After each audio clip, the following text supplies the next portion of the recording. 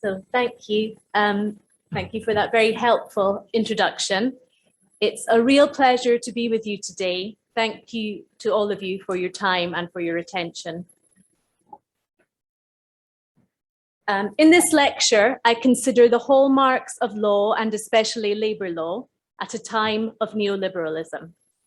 I use the UK as a case study, and I juxtapose two somewhat stylized accounts of labour law in the shorter 20th century and labour law today.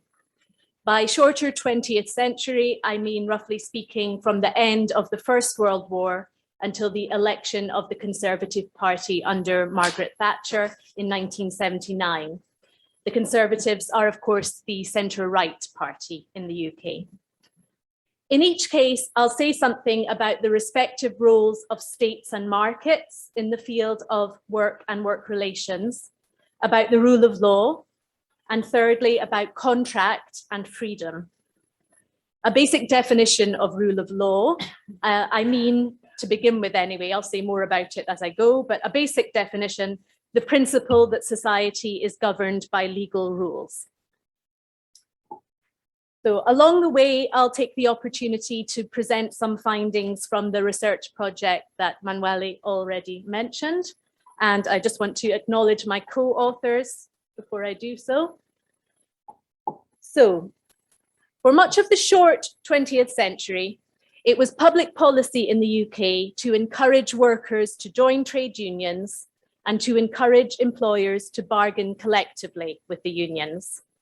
Sector-wide collective agreements were recognised to take wages out of competition, which was thought to be a good thing.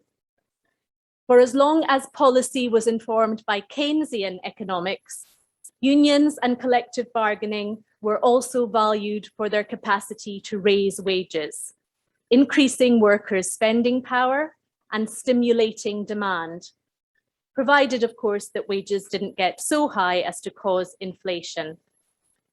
Unions and collective bargaining were valued too as a means of addressing poverty and casualisation.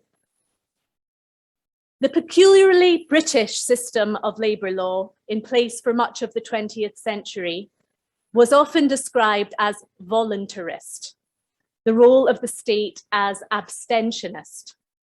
The leading labour law scholar Otto Kahn-Freund used the label collective laissez-faire, suggesting that the state preferred to leave it to the collective parties to regulate industrial relations and terms and conditions of employment. They did this through collective bargaining, collective arbitration, and if it came to it, through industrial action. In these ways, trade unions and management bore primary responsibility for creating and enforcing the rules that regulated wages and other aspects of work relations. If the notion of collective laissez-faire implied a certain neutrality on the part of the state when it came to the substance of these rules, it was certainly not intended to imply state neutrality on the question of the desirability of collective rule setting and enforcement. From the time of the First World War until 1979, a variety of means were employed by the state to promote unionisation and collective bargaining. In time, the 1945 election manifesto of the Labour Party proved to be definitive of what came to be known as the post-war consensus in British politics. In that manifesto, the objective was made quite explicit of emancipating working people by placing restrictions on market freedoms. So I'm quoting now from the manifesto of 1945. The anti-controllers and anti-planners desire to sweep away public controls simply in order to give the profiteering interests and the privileged rich an entirely free hand to plunder the rest of the nation as shamelessly as they did in the 1920s. Does freedom for the profiteer mean freedom for the ordinary man and woman? There are certain so-called freedoms that Labour will not tolerate. Freedom to exploit other people, freedom to pay poor wages and to push up prices for selfish profit, freedom to deprive the people of the means of living full, happy, healthy lives. Well, election manifestos don't read like that anymore, perhaps unfortunately. But the point that I'm making by quoting from that manifesto is that it was not understood in 1945 and in the post-war decades that greater freedom for working people had to be purchased at the cost of lesser economic efficiency and economic growth. As part of a swathe of government actions intended to stimulate demand, trade unions and collective bargaining were cast as beneficial too from an economic point of view. Good for freedom, good for the economy. How did the principle of the rule of law figure in this voluntarist system? The first point of interest here is the existence of fairly widespread agreement, or at least loudly declared opinion, that the law should stay out of industrial relations. Under UK law, the collective agreement was understood to be a gentleman's agreement rather than a contract, binding in honour only and not as a matter of law. Its breach by either side might well result in industrial sanctions, including strikes and lockouts. But there could be no legal action for breach of a collective agreement and no legal remedy. I'm oversimplifying here a little, but the basic point is true. Even under this so-called voluntarist system, however, collectively agreed norms were morally binding, meaning that they had something like the force of law. There were rules, these were of general application, and they were mostly respected by the affected parties. British industrial relations was accordingly understood to be rule-bound and ordered, mature, as Kahn Freund put it, writing in 1957. Did the rule of law provide legitimation of the system in that case? I believe it did. Indeed, it was precisely a perception of the breakdown of the post-war rule-based order in the late 1960s, which eventually led to rather sweeping legislative change in 1971. Of course, the notion was also important in terms of legitimation, that the collectivist system was democratic in nature.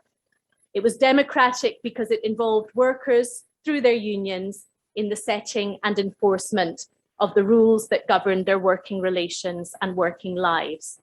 So I think this was a particular understanding of the rule of law, which ties the notion of law to democratically passed laws, democratically set laws.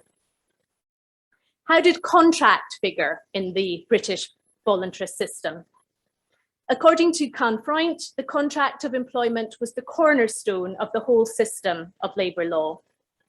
This was because, in the eyes of the law, at least, it was the agreement of a contract which created an employment relationship. It was the contract which constituted the two parties as an employer and employee, with certain legal rights enjoyed and obligations owed accordingly. In the British case, this included, first and foremost, the collectively negotiated rules found in the collective agreement. Once you, as a worker, had agreed a contract with an employer, the rules of the relevant collective agreement applied to you and to it. In addition to being contractual relations, work relations were recognized by scholars like Kahn Freund to be relations of subordination. It followed that contract was necessary, but not sufficient to protect the rights and interests of workers. If contract was to deliver on its implied promise to offer both parties real freedom of choice, it must be supplemented by protective employment laws and collective relations between unions, works councils, where there were such, and employers. This is a really key idea, I think, in 20th century labour law. The contract is understood to be necessary, but not sufficient when it comes to securing freedom for workers as well as for employers. So what about today? In contrast to the post-war system, the field of work relations and labour law today may be characterised with reference to the weakened state of trade unions and the relative insignificance of collective bargaining. Collective agreements still exist, of course, in the UK, but they apply only to a minority of workers, mostly public sector workers, and they're much thinner in substance than they used to be, regulating fewer elements of work relations. Labour law no longer supports trade unionisation and collective bargaining as it used to do. It neither requires companies to negotiate with unions, nor does it even encourage them to do so as it did in the 20th century. Instead, labour law, has been used to curtail the freedom of unions, especially the freedom to organise industrial action, but also union freedoms to manage their own affairs, their own relations with their members, and so on. Law has also been used to empower individual union members against their own union and to empower employers against the unions. A second key transformation of labour law in the intervening decades has been the use of statute to create individual rights for workers. For example, a legal right to a minimum wage, to maternity and paternity leave and pay, to paid holidays and breaks. Individual employment rights of this type began to be introduced in the 1960s, but initially only very gradually, and then much more quickly in the late 1990s and early 2000s under the Labour government and Prime Minister Tony Blair, partly as a result of the Labour government signing up to the social protocol of the Maastricht Treaty. Notwithstanding these statutory rights, it's nonetheless clear that the rhetoric and the idea of free markets continue to shape government policy in the field of work relations and labour law. And that's almost equally true of the Labour governments of Tony Blair and Gordon Brown as of the Conservative governments of recent years. Especially from the late 1980s, the notion of free markets has been used to justify successive waves of anti-trade union legislation. And it has also been used to justify the weakening of individual employment rights, cast, especially by the Conservatives, as unnecessary red tape. By Tony Blair's Labour government, the notion of free markets was used to explain why no steps would be taken by them to restore trade union rights to take industrial action. And it was used to explain why new individual employment rights would provide minimum protections only, with the new minimum wage set, for example, at a level below the cost of living. In 1998, Tony Blair famously boasted that even after the new government reforms, the UK would have the most lightly regulated labour market of any European state. To what extent, if at all, does this flexibility imperative and the ambition to free markets undermine the rule of law? Doesn't it imply rather that individual companies can do as they like? What I would like to suggest here is that law still plays a legitimising role, but now through its provision of basic minimum rights, and secondly, through the legal institution of contract. So let me say a little more about both of these points. On paper, employees in the UK enjoy a fairly wide range of employment rights. A first thing to note, however, is that many of these rights apply only to employees in the narrow legal sense of that term, meaning that they don't apply to agency workers and to various types of casual worker. Some employment rights additionally come with a minimum length of service requirement, which can be as long as 2 years. So, for example, there is no right under UK law not to be unfairly dismissed until you have been in continuous employment with the same employer for 2 years. Even for employees who have been in post for the requisite length of time, significant barriers stand in the way of rights enforcement. There is no Labour Inspectorate in the UK, and in the absence of trade unions, the sole means of enforcement in the vast majority of cases of breach of the law is via an individual claim before the courts or employment tribunals. But this can come with significant costs for a worker, both economic and emotional or psychological. In low-paid sectors, including care of the elderly and disabled, and hospitality and catering, evidence suggests that minor breaches of employment law are absolutely routine in the UK. In our own study of the hospitality sector, we found that minor breaches of minimum wage law and working time law were so routine as to have become entirely expected by workers and employers alike. Breach of formal legal rules had assumed the status of a social norm, we suggested. Breach had become the custom and practice of the sector. Other studies of different sectors have resulted in similar findings. While government acknowledges that breach is common, it takes no action to make enforcement more effective. We might talk here of deregulation by stealth. The rules exist on paper, but for many, they are simply unenforceable.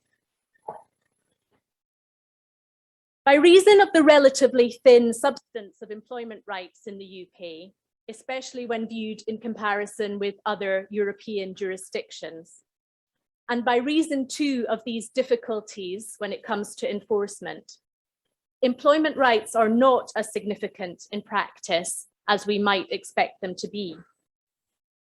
Together with the weakened nature of trade unions and the sidelining of collective bargaining, this has led me to argue that contract is now the key legal institution in the field of work relations. In comparison to post-war labour law, the role of the contract has expanded very significantly. The contract still performs what we might call the gateway function of designating parties as employees and employers. In comparison to the post-war decades, however, this gateway function has become more significant. We might even say more politicized.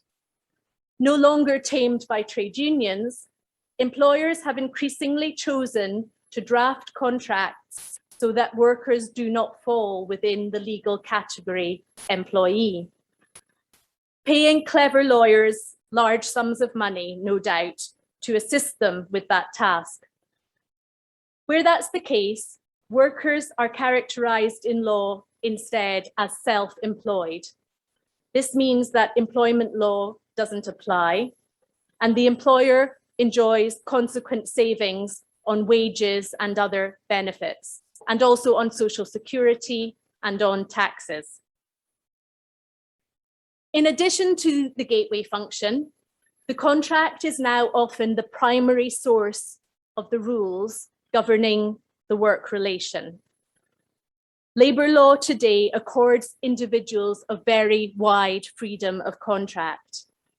In practice, this undoubtedly means that a wide freedom is enjoyed by the employer.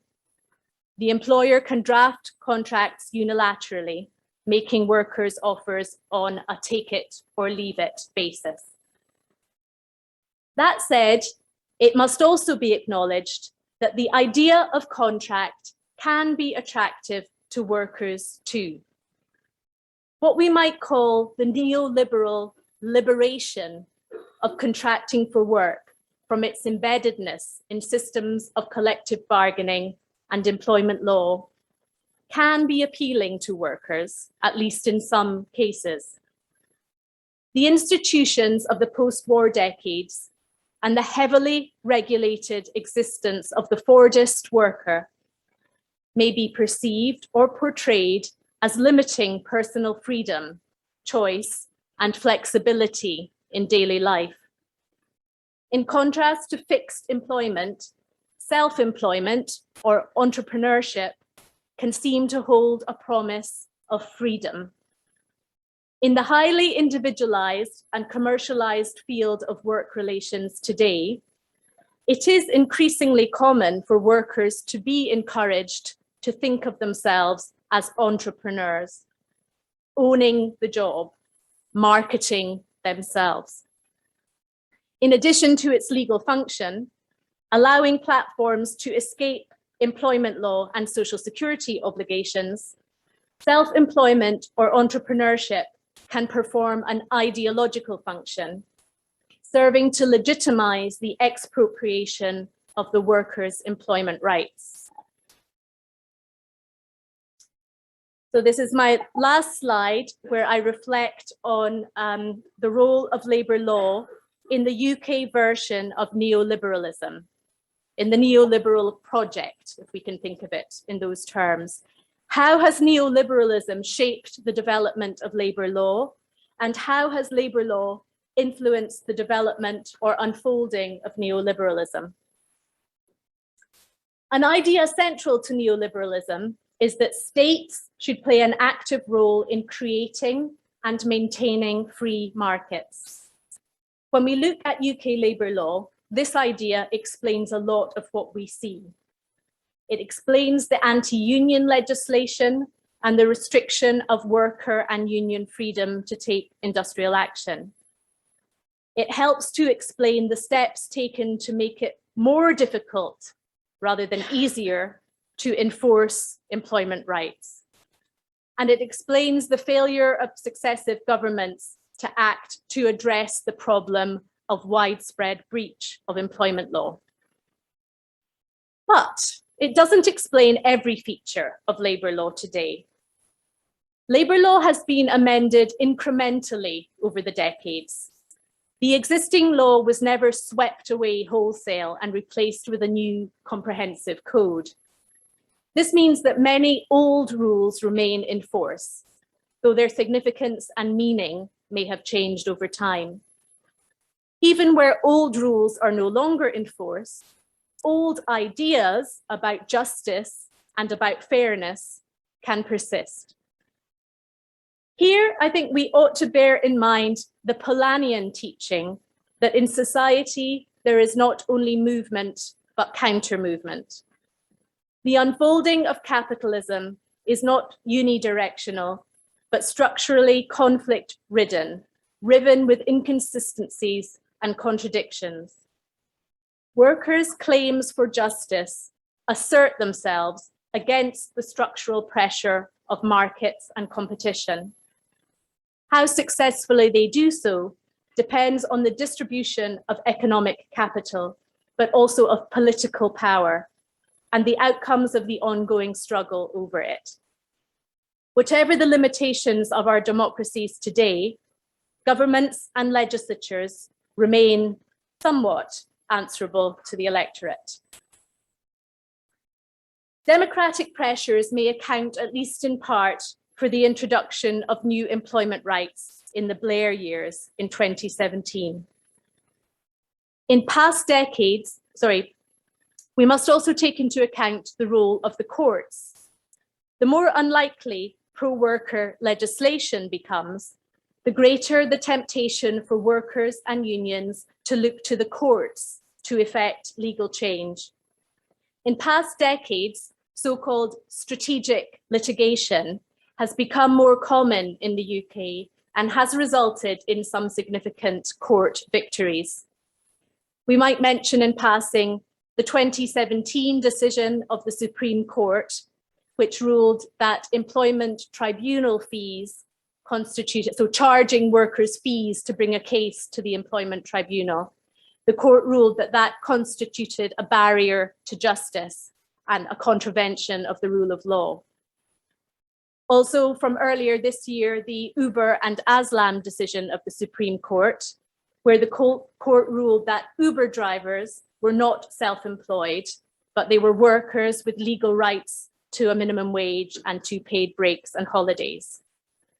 So we see that with movement, there is also counter-movement, markets and state. What of the rule of law? Way back in 1979, Karl Clare wrote about liberal legality and about how claims to law's neutrality, equality, and rationality served to legitimize the legal order. Looking beyond the field of labor law for a moment, we can all probably think of many ways in which law and legal logic have furnished neoliberal reforms with legitimacy. Neoliberal thinkers, including Friedrich Hayek, even prize the rule of law or claim to prize the rule of law above democracy, with certain forms of democracy rejected as sectionalism and collectivism as purportedly undemocratic obstruction to the rule of law. Of course, neoliberals understand the rule of law in a very particular way. For Hayek, the law in the rule of law is very specifically the law of liberty. And the rule of law is therefore the principle of limited government, dictating that government should restrict itself to enforcing rules of just conduct, meaning primarily private property and freedom of contract. It follows that legislation, including especially labor legislation, is seen as an illegitimate contravention of the principle of the rule of law. Despite all the shortcomings of our employment law today in terms of its reach and its enforceability, the provision of basic employment rights continues to create at least the impression of a rule-bound sphere of activity. Interestingly, empirical evidence suggests that workers tend to grossly overestimate the extent to which their interests are protected by the law, at least until a dispute arises and they have reason to seek legal advice. For how long this impression can continue to last in the face of routine breach of the law is another matter. In addition to basic statutory rights, the legal institution of contract also serves a legitimating or ideological function.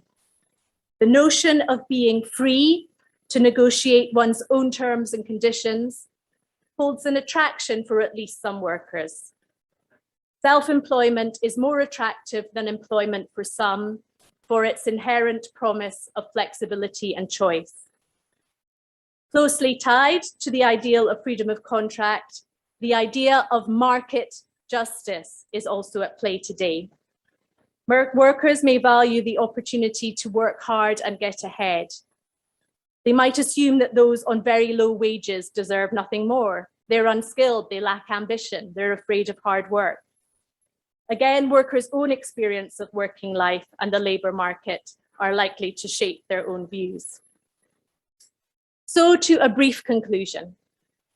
In this neoliberal era, contract is at once the key legal institution in the field of work relations, at least in the UK. And contract is also an ideological lens.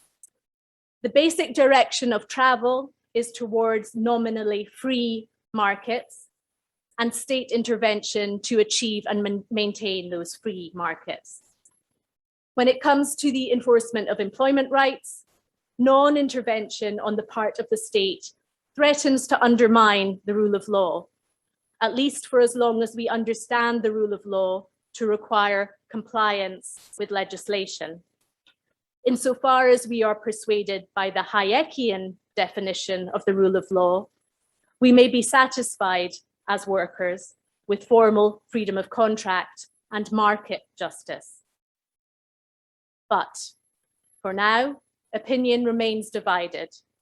The law is inconsistent. Competing ideas of fairness and justice at work exist side by side and can each make themselves heard, influencing the development of the law in different directions.